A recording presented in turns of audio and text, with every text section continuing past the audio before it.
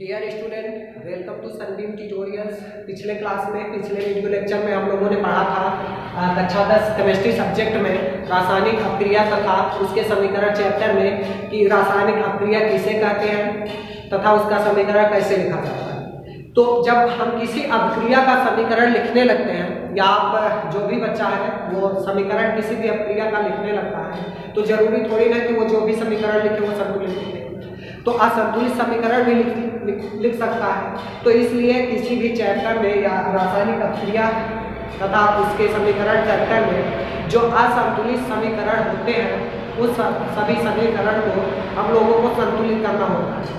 तो आज हम लोग कुछ सवाल करेंगे जो समीकरण असंतुलित होगा और उसी समीकरण को हम लोगों को संतुलित बनाना पड़ेगा। तो पहला सवाल है हम लोगों का, सवाल पहला है, मान लीजिए कि H2 गैस है, ये रिएक्ट कर रहा है O2 गैस के साथ और बना रहा है वाटर मॉलिक्यूल बहुत हाई टेम्परेचर। अब आप इसमें देखिए कि एरो के पीछे के साइड जो कुछ भी लिखा गया होता है किसी भी अपक्रिया में, किसी भी अपक्रिया के समीकरण में एरो के बैकवर्ड डायरेक्शन में जो कुछ भी लिखा गया होता है उसको बोला जाता है अभिकर्मक, और एरो के फॉरवर्ड डायरेक्शन में जो कुछ भी लिखा गया होता है उसको बोला जाता है उत्पाद। अगर किसी अपक्रिया में अभिकर्मक का परमाणु उत्पाद का परमाणु आपस में बराबर नहीं है तो अब वो अभिक्रिया असंतुलित कहलाएगा। उस अपक्रिया से जो समीकरण लिखा जाएगा वो समीकरण असंतुलित समीकरण कहलाएगा। ये एक अपक्रिया है, एक समीकरण है। इसमें कौन कौन से हैं? जो एरो के पीछे साइड है उसको अभिकर्मक बोला जाएगा, जो एरो के दाहिने साइड लिखा जाता है उसको उत्पाद बोला जाता है। तो अगर अभिकर्मक और उत्पाद के परमाणु आपस में बराबर नहीं होंगे तो ये जो समीकरण लिखा जाएगा ये समीकरण असंतुलित होगा। अगर अभिकर्मक और उत्पाद के परमाणु आपस में बराबर हो जाएंगे तो जो कुछ भी समीकरण लिखा जाएगा वो समीकरण संतुलित होगा। चलिए आइए चेक करते हैं कि ये समीकरण संतुलित है कि असंतुलित है। अब देखिए अभिकर्मक में कौन कौन सा परमाणु है? हाइड्रोजन है। हाइड्रोजन कितना परमाणु है? 2 परमाणु है। दूसरा क्या है? ऑक्सीजन है। ऑक्सीजन कितना परमाणु है? 2 परमाणु है। उत्पाद में देखिए, उत्पाद में हाइड्रोजन कितना परमाणु है? 2 परमाणु है। ऑक्सीजन कितना परमाणु है? 1 परमाणु है। अच्छा आप देखिए इस अभिकर्मक और उत्पाद में हाइड्रोजन 2 परमाणु, हाइड्रोजन 2 परमाणु, हाइड्रोजन संतुलित है, लेकिन ऑक्सीजन 2 परमाणु, यहाँ पे ऑक्सीजन 1 परमाणु, ऑक्सीजन जो है वो असंतुलित है। इसका मतलब ये पूरा का पूरा जो समीकरण लिख दिया गया है ये असंतुलित समीकरण है। ये कैसा समीकरण है? असंतुलित समीकरण है। और इसी असंतुलित समीकरण को हम लोगों को संतुलित करना सीखना है। तो चलिए देखते हैं कि कैसे असंतुलित समीकरण को, आइए देखते हैं कि असंतुलित समीकरण को कैसे संतुलित किया जाए। तो ये क्वेश्चन है हमारा, एरो के पीछे साइड जो लिखा गया होता है क्या बोला जाता है उसको? अभिकर्मक, और एरो के बाद जो कुछ भी अभिकर्मक की आपस में रिएक्ट करके जो कुछ भी बनाएंगे उसको क्या बोला जाएगा? उत्पाद। आप 2 कॉलम बना लीजिएगा, एक तरफ लिखना होगा अभिकर्मक और दूसरी तरफ लिखना होगा उत्पाद। अच्छा अब अभिकर्मक में कौन कौन सा परमाणु कितने अमाउंट में, जैसे हाइड्रोजन है H2 है, ऑक्सीजन है O2 है, तो हाइड्रोजन कितना एटम है? 2 एटम। ऑक्सीजन कितना एटम है? 2 एटम। ये अभिकर्मक के परमाणु है तो अभिकर्मक वाले कॉलम में लिखा जाएगा। आइए उत्पाद में देखिए, उत्पाद में हाइड्रोजन कितना है? 2 परमाणु। ऑक्सीजन कितना है? 1 परमाणु। अच्छा आप देखिए तो इसमें ऑक्सीजन संतुलित नहीं है। अगर किसी भी प्रकार से ऑक्सीजन परमाणु संतुलित हो जाए तो ये समीकरण जो हम लोग लिखेंगे वो समीकरण कैसा होगा? संतुलित होगा। ऑक्सीजन को संतुलित बनाने के लिए यहाँ पे 2 परमाणु होना चाहिए था ऑक्सीजन, तो चलिए हम लोग 2 का गुणा करा दें। जैसे ही किसी भी परमाणु के साथ किसी नंबर का गुणा कराया जाता है तो उसका गुणा सामने की तरफ होता है ना कि पीछे की तरफ। अभी H2O में उत्पाद है, उत्पाद में क्या है? H2O, और H2O में ऑक्सीजन वाले के साथ 2 का गुणा करा रहे हैं। यहाँ पे ऑक्सीजन एटम है। जब भी हमने आपको बताया किसी परमाणु, यौगिक, अणु या आयन में किसी नंबर का, किसी संख्या का मल्टीप्लाई किया जाता है तो मल्टीप्लाई हमेशा सामने की तरफ होता है न कि पीछे की तरफ। अब जो मल्टीप्लाई कराएंगे ये मल्टीप्लाई कहाँ पे होगा, सामने की तरफ होगा। अच्छा जैसे ही हम लोगों ने H2O में 2 का मल्टीप्लाई करा दिया तो ये ऑक्सीजन 2 तो हो ही रहा है, लेकिन साथ ही साथ इस 2 का मल्टीप्लाई हाइड्रोजन के भी साथ हो जा रहा है, मतलब हाइड्रोजन में भी 2 का मल्टीप्लाई करना होगा, ये हो जा रहा है। अब आइए अभिकर्मक में देखिए, अभिकर्मक में हाइड्रोजन 2 ऑक्सीजन 2 2 तो बैलेंस हो गया, लेकिन हाइड्रोजन 2 है, यहाँ हाइड्रोजन 4 है, तो इसमें भी 2 का मल्टीप्लाई करना होगा। तो IH2 में 2 का मल्टीप्लाई करना है तो हो जाएगा 2H2 प्लस O2 है तो O2 रहेगा। अब ये जो समीकरण मिला है ये समीकरण कैसा होगा, संतुलित समीकरण होगा। ये समीकरण कैसा समीकरण होगा, संतुलित समीकरण होगा। अच्छा दूसरी चीज, ये लोग हम बुक के मेथड से, ये बुक का मेथड है और जब इस टाइप से बच्चा लोग सॉल्व करता है तो बहुत टफ लगता है, सॉल्व करने में बहुत टफ लगता है, दिमाग से नंबर सोचने पड़ते हैं और ये सोचना पड़ता है कि कौन सा नंबर ले मल्टीप्लाई करें, किसने मल्टीप्लाई करना है, हाइड्रोजन में ऑक्सीजन में, कि अब बाद में मल्टीप्लाई करना है कि अभिकर्मक में, तमाम चीजें ये सब होती हैं जिसकी वजह से कंफ्यूजन हो जाता है और हम लोग सवाल को गलत कर बैठते हैं। तो इसके लिए एक शॉर्टकट मेथड बता रहे हैं आपको, उसी मेथड के जरिए सारे असंतुलित समीकरण को संतुलित बना लेना है। चलिए देखते हैं दूसरा मेथड। दूसरा मेथड बहुत ही आसान है, उस मेथड के हिसाब से हम लोग असंतुलित समीकरण को कैसे संतुलित बनाएंगे। मान लीजिए कि यही सवाल लिखा गया है, H2 प्लस O2 रिएक्ट करके H2O बना रहे हैं, समीकरण कैसा है, ऐसा। तो अब मेथड सेकंड है, मेथड सेकंड हम जितने भी सवाल आज करेंगे सब सेकंड मेथड वाले से करेंगे। तो जो कुछ भी आपको क्वेश्चन लिखा गया है इसको सॉल्व करने से पहले इसमें ABC का मल्टीप्लाई कर देना है, जितने टर्म होंगे। मान लीजिए H2 टर्म है, O2 टर्म है, H2O टर्म है, तो H2 में A का, O2 में B का, H2O में C का, इसके बाद और कोई होता तो उसमें D का मल्टीप्लाई कर दिया जाता। मान लीजिए कि इसमें A का मल्टीप्लाई कर दिए, H2 हो गया, इसमें B का मल्टीप्लाई करेंगे BO2 हो जाएगा, यहाँ C का मल्टीप्लाई करेंगे तो क्या हो जाएगा, CH2O हो जाएगा। आप इसको इक्वेशन नंबर फर्स्ट मान सकते हैं, इक्वेशन नंबर फर्स्ट हो गया।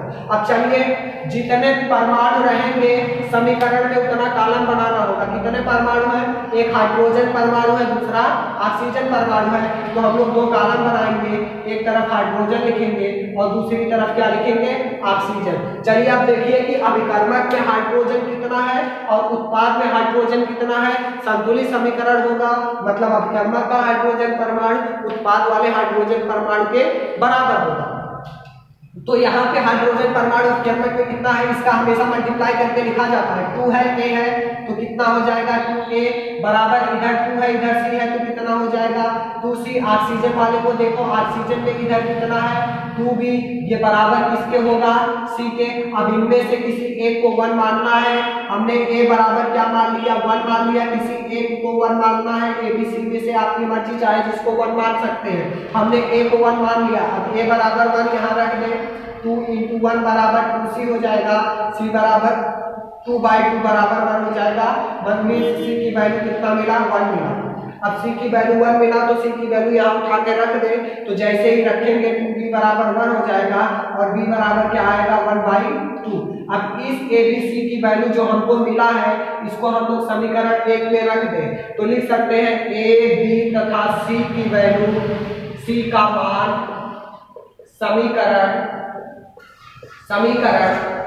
1 में रखने पर, समीकरण 1 में रखने पर, जैसे ही समीकरण 1 में रख देंगे तो A की जगह 1 है तो 1H2 प्लस B की जगह हाफ है तो हाफ O2 इक्वल C की जगह 1 है तो 1H2। इसको लिख सकते हैं H2 plus half O2 equal H2O। अब ये जो समीकरण हम लोगों को प्राप्त हुआ है ये समीकरण कैसा है, संतुलित समीकरण है। ये समीकरण कैसा है, संतुलित समीकरण है। इस प्रकार से हम लोग क्या करते हैं कि असंतुलित समीकरण को संतुलित बना लेते हैं। इसके बाद अगला क्वेश्चन देखेंगे, आप लोग इसको नोट कर लीजिए। अगला सवाल है हम लोगों का, आयरन है, आयरन क्लोरीन के साथ क्रिया करके आयरन क्लोराइड बना रहा है। असंतुलित समीकरण है। कारण ये है कि अभिकर्मक का परमाणु और उत्पाद का परमाणु आपस में बराबर नहीं है।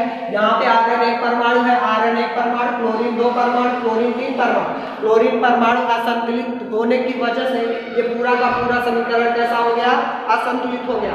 अब इस असंतुलित समीकरण को हम लोगों को संतुलित बनाना है।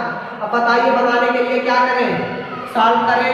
पहला काम क्या है, एबीसी का मल्टीप्लाई करना। जितने टर्म है उसमें एबीसी का मल्टीप्लाई कर दें। ए है FeAFe प्लस BCl2 इक्वल क्या मिलेगा, CFeCl3 मिलेगा। इसको समीकरण नंबर 1 मानना है। अब जितने परमाणु है उतने कॉलम बनाना होगा। परमाणु कितना है, एक आयरन है, दूसरा क्लोरीन है, तो दो कॉलम बना लीजिए। एक में लिखिए आयरन और दूसरे में लिखिए क्लोरीन Cl परमाणु। चलिए ठीक है, आगे देखिए। अब अभिकर्मक में जितना Fe है उतना Fe उत्पाद में भी होना चाहिए संतुलित समीकरण के लिए। अभिकर्मक में कितना है, A है, और उत्पाद में कितना है, C है, तो लिखा जाएगा क्या, A बराबर C। हाँ, अब चलिए क्लोरीन वाले को देखिए। क्लोरीन में कितना है, 2B, क्लोरीन में 2B है, और यहाँ पे क्लोरीन में कितना है, 3C। अब किसी एक को 1 मानना है, हमने A बराबर 1 मान लिया। जैसे ही A बराबर 1 माना तो C बराबर क्या आ जाएगा, 1 आ जाएगा, और C बराबर 1 यहाँ रखिए तो 2B बराबर 1 3 into 1, 2B बराबर 3 हो जाएगा, और B बराबर आएगा 3/2, ये आएगा 3/2। अब इस ABC का मान समीकरण 1 में रखने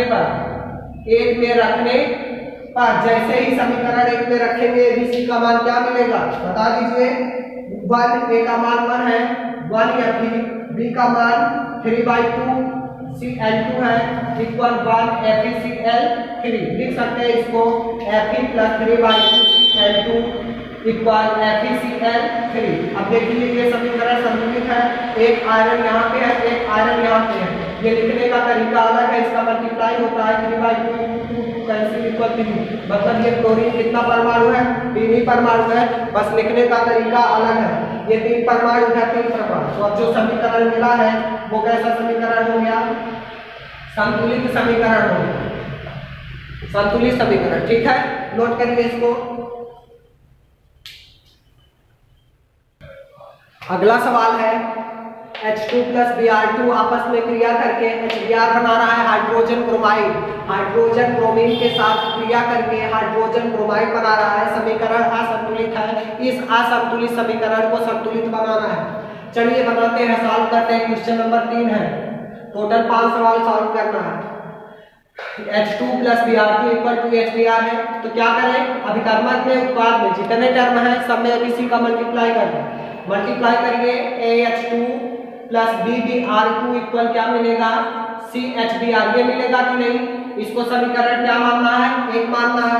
अब दो कॉलम बनाना है, जितने परमाणु है उसको लिख लेना है, कितने परमाणु है, एक हाइड्रोजन है, दूसरा क्या है, Br है। 2 ही परमाणु थे इसलिए 2 ही कॉलम बनाए। 3 परमाणु होता है तो 2 से ज्यादा कॉलम बनाने की जरूरत है। चलिए ठीक है, अब हाइड्रोजन को देखो। हाइड्रोजन अभिकर्मक में कितना है और उत्पाद में कितना है। हाइड्रोजन अभिकर्मक में है 2A और उत्पाद में कितना है, C। तो क्या हो जाएगा, 2A बराबर C। यहाँ पे 2A है, 2A, और यहाँ पे केवल C है, 2A बराबर क्या हो जाएगा, C। अब ब्रोमीन को देखिए कितना है, 2B बराबर किसके हो जाएगा, C। तो अब यहाँ से किसी एक को 1 मानना है। हमने A बराबर 1 मान लिया, आप भी हमेशा A बराबर 1 ही मानिएगा। तो जब A बराबर 1 मान लिए तो C की वैल्यू कितना आ गया, 2 आ गया। जब C की वैल्यू 2 आ गया तो यहाँ पे पुट कर दो, तो 2B बराबर क्या हो जाएगा, 2 हो जाएगा, और B बराबर कितना आएगा, 1 आएगा। अब ABC का मान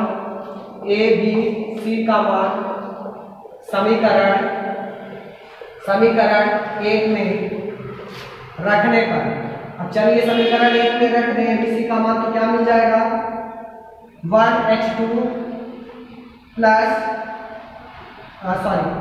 B है 1Br2 equal to HBr। C का वैल्यू 2 था, तो लिख सकते हैं हम लोग इसको ऐसे भी, H2 plus Br2 equal to HBr। ये जो समीकरण प्राप्त हुआ है हम लोगों को, ये कैसा समीकरण है, संतुलित समीकरण, अभिकर्मक और उत्पाद का परमाणु आपस में बराबर है, तो ये समीकरण कैसा हो गया? संतुलित समीकरण। चलिए इसको नोट कर लीजिए, फिर अगला क्वेश्चन करें, क्वेश्चन नंबर 4। अगला सवाल क्वेश्चन नंबर 4 लिखा गया है यहाँ पे 2NaCl प्लस KOH आपस में रिएक्ट करके पोटेशियम क्लोराइड और सोडियम हाइड्रोक्साइड बना रहा है। समीकरण कैसा है? असंतुलित समीकरण है। इस असंतुलित समीकरण को हम लोगों को संतुलित बनाना या संतुलित बनाना है। तो चलिए ठीक है। अच्छा, आप देखिए कि अभी तक जितने सवाल हम लोगों ने लगाया था उसमें 3 टर्म था, इसमें 4 टर्म है, 1 2 3 4। चलिए कोई दिक्कत नहीं है, सॉल्व करते हैं। अच्छा, जितने टर्म होंगे सब में ABC से मल्टीप्लाई करना होगा। ABC से मल्टीप्लाई करेंगे तो क्या हो जाएगा? 2NaCl plus BKOH equal CKCl plus DNaOH। इसको क्या मान लें? समीकरण नंबर 1 मान लें। अच्छा चलिए ठीक है। अब जितने टर्म उतने कॉलम, कौन कौन सा है? सोडियम है, सोडियम, फिर क्या है? क्लोरीन Cl, फिर क्या है? पोटेशियम, फिर क्या है? ऑक्सीजन, फिर क्या है? हाइड्रोजन।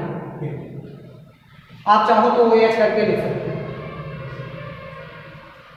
ये। अब चलिए देखिए, सोडियम यहाँ पे कितना है? 2A, यहाँ पे कितना है? D, तो लिख सकते हैं 2A बराबर D। क्लोरीन कितना है? 2A है, तो 2A बराबर हो जाएगा, इधर क्लोरीन कितना है? C के, तो 2A बराबर क्या हो गया? C। अब पोटेशियम देखिए, यहाँ पे B है और यहाँ पे क्या है? C, तो B बराबर क्या हो गया? C हो गया। अब आगे देखिए, ऑक्सीजन यहाँ पे कितना है? B। जब ऑक्सीजन यहाँ पे B है तो इधर वाले ऑक्सीजन को देखो तो B बराबर क्या हो गया? D हो गया। हाइड्रोजन को देखो तो इधर कितना है? B, और इधर कितना है? हाइड्रोजन कितना है? D, तो B बराबर कितना हो गया? D। अब किसी एक को 1 मानना है, हमने A बराबर 1 मान लिया। जैसे ही A बराबर 1 माना तो यहाँ से D की वैल्यू कितना आ गया? D की वैल्यू कितना आ गया? 1, सॉरी 2 आ गया। यहाँ 1 रखोगे तो D की वैल्यू कितना हो जाएगा? 2। अब जैसे ही A की वैल्यू 1 है तो यहाँ रख दो 2 × 1 बराबर C, तो C की वैल्यू कितना आ गया? C की वैल्यू 2 आ गया, ये 2 आ गया। अब C की वैल्यू इसमें उठा के रख दो तो B की वैल्यू कितना हो जाएगा? 2 हो जाएगा, ये 2 हो जाएगा। चलिए हमको A B C D मिल गया और A B C D term भी हमारा था, यहाँ पे आप रख सकते हो तो वही सब निकल करके आएगा। अब समीकरण 1 में A B C का मान रखने पर और समीकरण 1 में A का मान कितना है? 1 है, तो 1 है तो 2NaCl ही होगा, प्लस B का मान कितना है? 2 है, तो 2KOH होगा, C का मान 2 है तो 2KCl होगा, प्लस D का मान 2 है तो 2NaOH होगा। अब ये समीकरण जो हम लोगों को मिला है, ये समीकरण कैसा होगा? संतुलित समीकरण होगा। ये समीकरण कैसा होगा? संतुलित समीकरण। इसको नोट कर लीजिए, इसके बाद हम लोग लास्ट क्वेश्चन को सॉल्व करेंगे। ठीक है, नोट करेंगे इसको। अगला सवाल है हम लोगों का क्वेश्चन नंबर 5, यही लास्ट सवाल है, इसको सॉल्व करेंगे आज इतना ही। अगले क्लास में जब हम लोग आएंगे तो अगले सवाल में हम लोग रासायनिक अपक्रिया के प्रकार पढ़ेंगे, जैसे संयोजन अपक्रिया, वियोजन अपक्रिया, विस्थापन अपक्रिया, द्विविस्थापन अपक्रिया, ऊष्माक्षेपी अपक्रिया, ऊष्माशोषी अपक्रिया, इन सारी अपक्रियाओं के बारे में हम लोग पढ़ेंगे। ऑक्सीकरण, अपचयन, ये सब पढ़ेंगे इसके आगे। लेकिन आज के वीडियो लेक्चर में बस ये लास्ट सवाल है, आज ही सवाल हम लोगों को करना था असंतुलित समीकरण पे। इसके बाद जब हम लोग अगली क्लास में आएंगे तो उसमें पढ़ेंगे रासायनिक अपक्रिया के प्रकार। चलिए इसको सॉल्व करते हैं, इसको संतुलित बनाते हैं। असंतुलित समीकरण है तो इसको क्या करते हैं? संतुलित बनाते हैं। उसको बनाने के लिए ABC का मल्टीप्लाई करना है, तो इसमें करेंगे तो AAN, इसमें करेंगे BBr2 इक्वल मिलेगा CAl BR3 ये मिलेगा। इसको समीकरण नंबर 1 मानना है, जैसा कि हमने कहा। अब देखिए कि अभिकर्मक में कौन सा परमाणु है और उत्पाद में कौन सा परमाणु है। एल्युमिनियम है, ब्रोमीन है, एल्युमिनियम ब्रोमीन 2 परमाणु 2 कॉलम बना लीजिए। अब कितना परमाणु है उसको उसके नंबर के साथ इक्वल लिखा दीजिए। इधर एल्युमिनियम में कितना है? A है, इधर एल्युमिनियम कितना है? C, तो A बराबर कितना हो जाएगा? C। ब्रोमीन देखिए इधर कितना है? 2B और इधर कितना है? 3C, तो क्या हो जाएगा? 2B बराबर 3C। अब किसी A को 1 मानना है, हमने A बराबर क्या किया? 1 मान लिया, तो C बराबर क्या आ गया? 1 आ गया। तो अब C की वैल्यू इसमें उठा के रख, तो 2B बराबर क्या आ जाएगा? 3 × 1, तो B बराबर आ जाएगा 3/2। 2। अच्छा, अब ए बी सी का मान समीकरण 1 में रख दो। ए बी सी का मान समीकरण 1 में रखने पर जैसे ही समीकरण 1 में रख देंगे तो हम लोगों को A1 है तो क्या मिलेगा, AL मिलेगा। B 3/2 है, 3/2 भी R2 है, इक्वल मिलेगा AL भी R3। हमने अभी आपसे बताया था कि अगर यहाँ पे लिखा है इस वाले नंबर का आपस में मल्टीप्लाई होता है, 3/2 × 2 2 कैंसिल हो जाएगा, इक्वल 3। कहने का मतलब ब्रोमीन 3 ही परमाणु है, बस लिखने का तरीका अलग है। तो अब ये जो समीकरण मिला है, यूनियन इधर भी 1 है, इधर भी 1 है, ब्रोमीन इधर भी 3 है, इधर भी 3 है। तो अब ये जो समीकरण मिला है, ये समीकरण हम लोगों का कैसा समीकरण हो गया, संतुलित समीकरण हो गया है। ठीक है, आज के लिए इतना ही। अगले वीडियो लेक्चर में हम लोग पढ़ेंगे रासायनिक अभिक्रिया के प्रकार।